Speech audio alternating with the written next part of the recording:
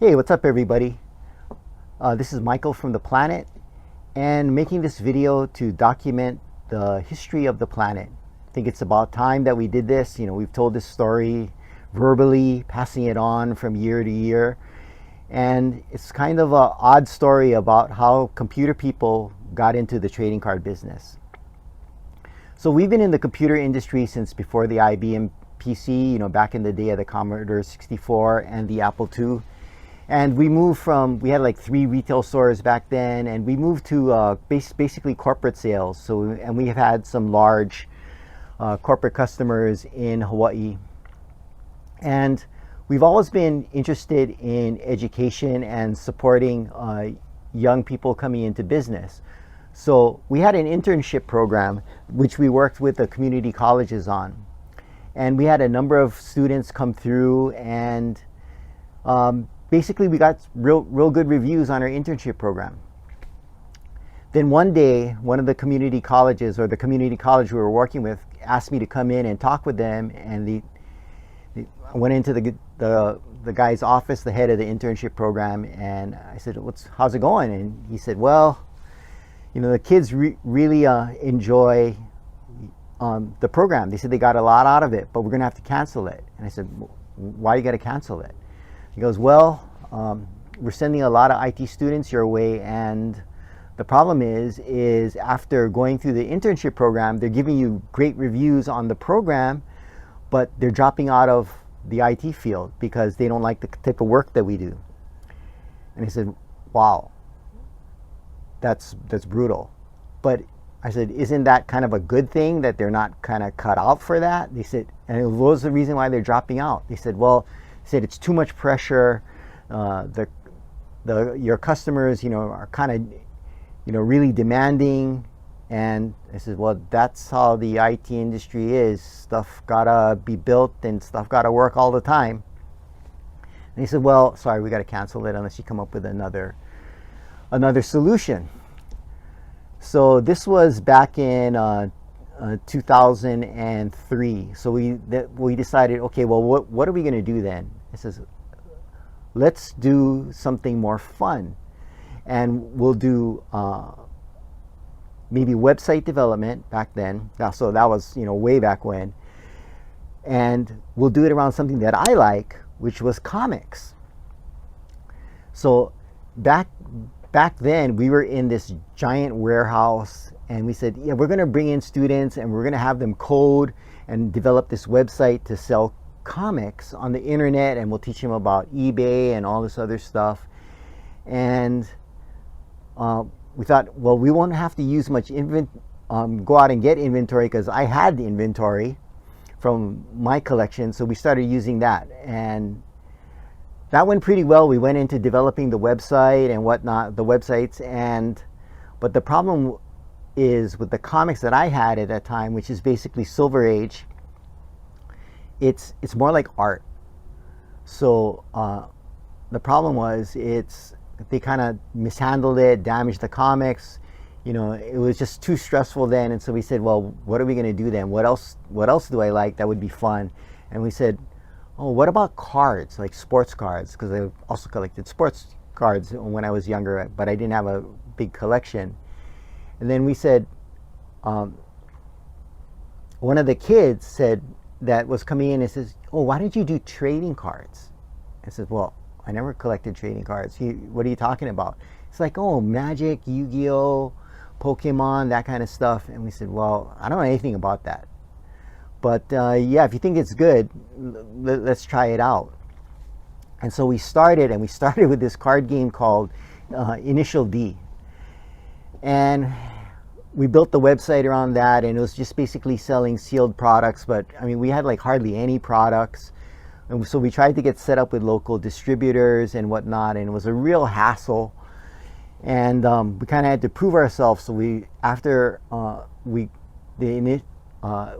doing like Initial D and some sports cards. Then we got Yu-Gi-Oh! And then in 2004, we said, oh, you know what? We have a steady source. We had a website built. Why don't we make a store out of it?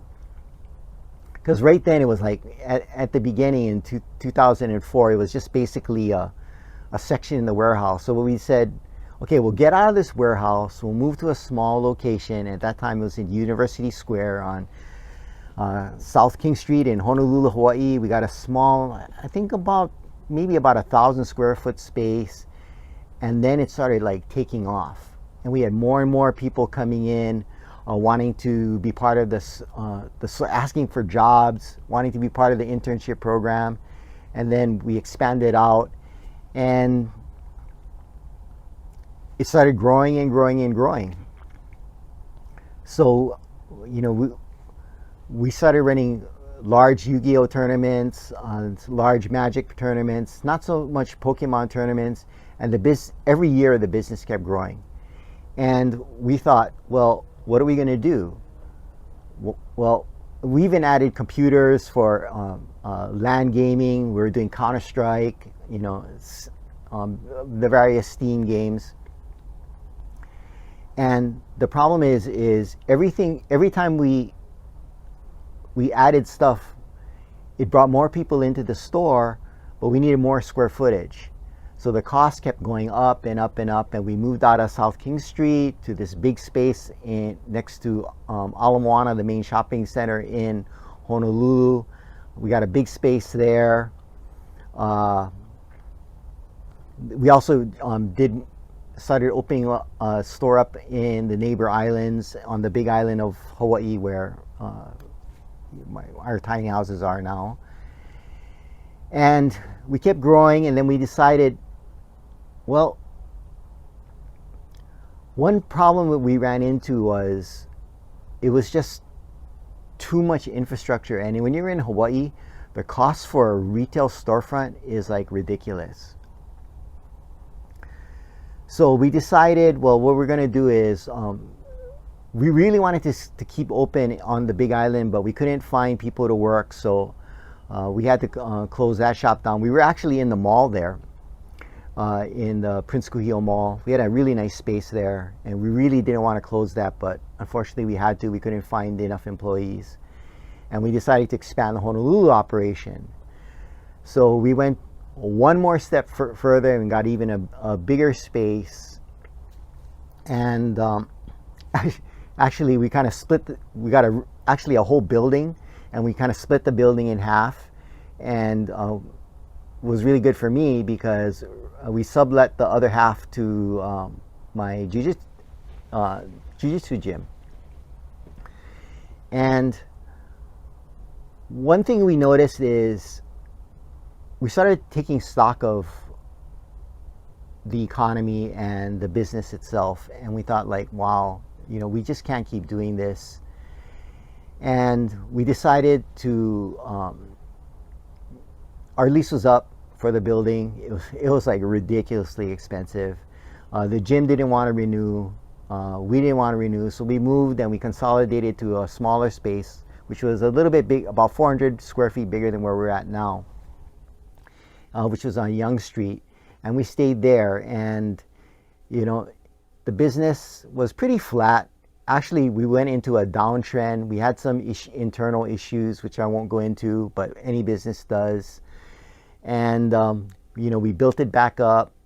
And the best thing that ever happened to us, oddly enough, was the pandemic. And once the pandemic hit, our sales went like through the roof. So we looked at it, and even looking at some of the other things I'm interested in, like collectibles, digital collectibles, NFTs and stuff, that's all part of that wave. And we were really realistic about what we thought was going to happen. So we thought, this is all funny money. This is money printed up by the government. People have it. They're going to spend like crazy.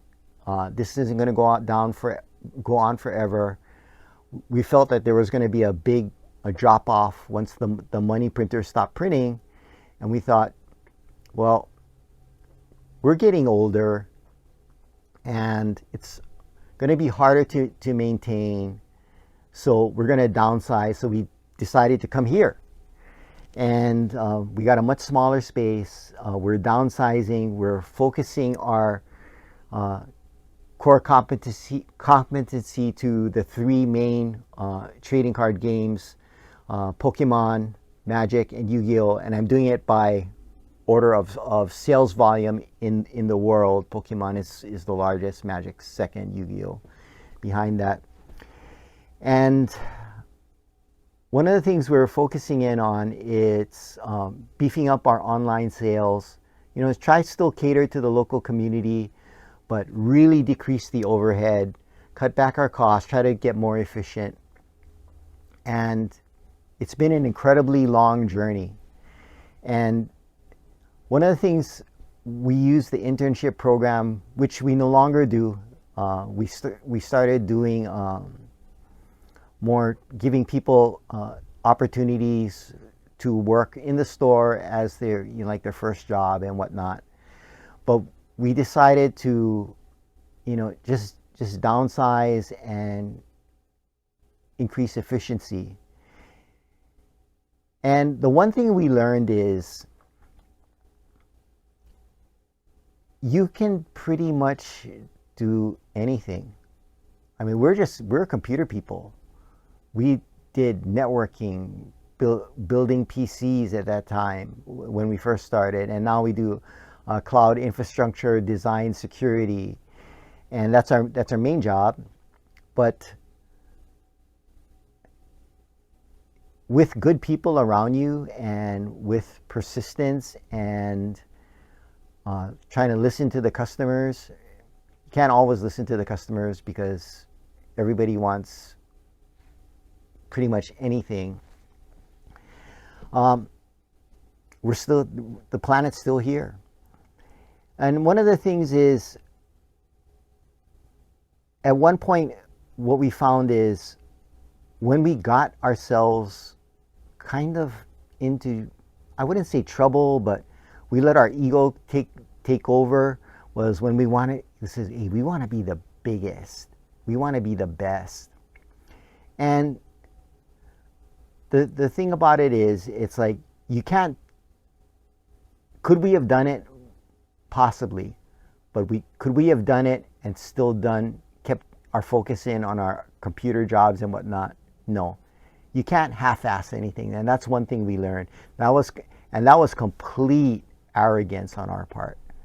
It's like, oh yeah, we can do the computer stuff too, and we can do the other business we have, and then we can still make this on the planet a success. But that was just hubris on our part, and one thing we learned. So I mean, that's one of the lessons to learn from our journey, and one of the reasons why we want to make this video is we recognize that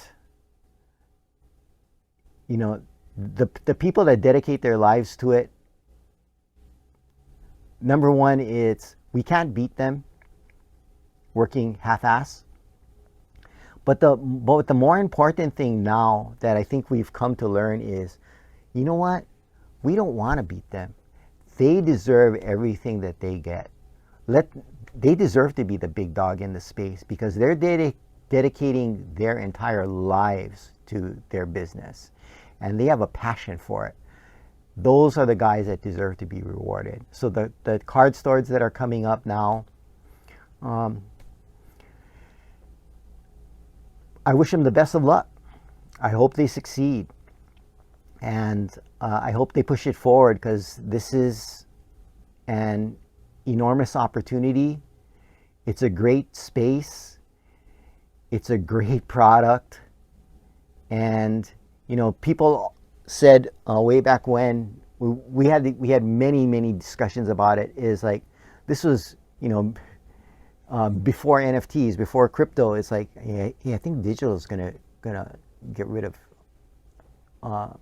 real life in terms of the actual cards. And no, it didn't happen. We were really scared about it, and no, it didn't happen. It's a perfect augmentation to the paper product, and I think they go hand in hand. So until the day we get a a true Ready Player One metaverse, then probably it's not going to happen. But the likelihood of that happening is, it's not going to be, well, it's not going to be in my lifetime. It may be in some of yours. But the one thing is that we've come to learn is, you know, I really wouldn't want that to happen, because whether you look at, and this will be a topic for another video, but whether you look at the Ready Player One metaverse, the Matrix, of